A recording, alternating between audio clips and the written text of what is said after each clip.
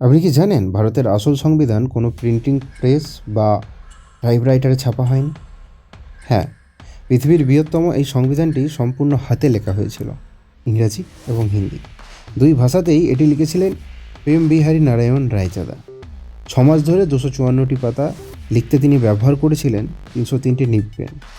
আর এর প্রতিটি পাতাকে শান্তিনিকেতনের শিল্পীরা অলঙ্কিত করেছিলেন ভারতের ইতিহাসের বিভিন্ন ছবি দিয়ে। তবে অবাক করা বিষয় কি বলুন তো, এই বিশাল কাজের জন্য তিনি ভারত সরকারের কাছ থেকে 1টি টাকাও পারিশ্রমিক দেননি। তার একমাত্র শর্ত ছিল সংবিধানের প্রতিটি পাতায় তার নাম থাকবে এবং শেষের পাতায় থাকবে তার দাদুর নাম।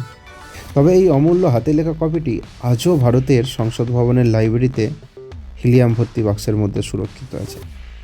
আপনি কি জানতেন গণতন্ত্রের এই অজানা ইতিহাস? কমেন্ট করে জানান। আর এমন সব তথ্যের জন্য সাথে রাখুন কালচক্র।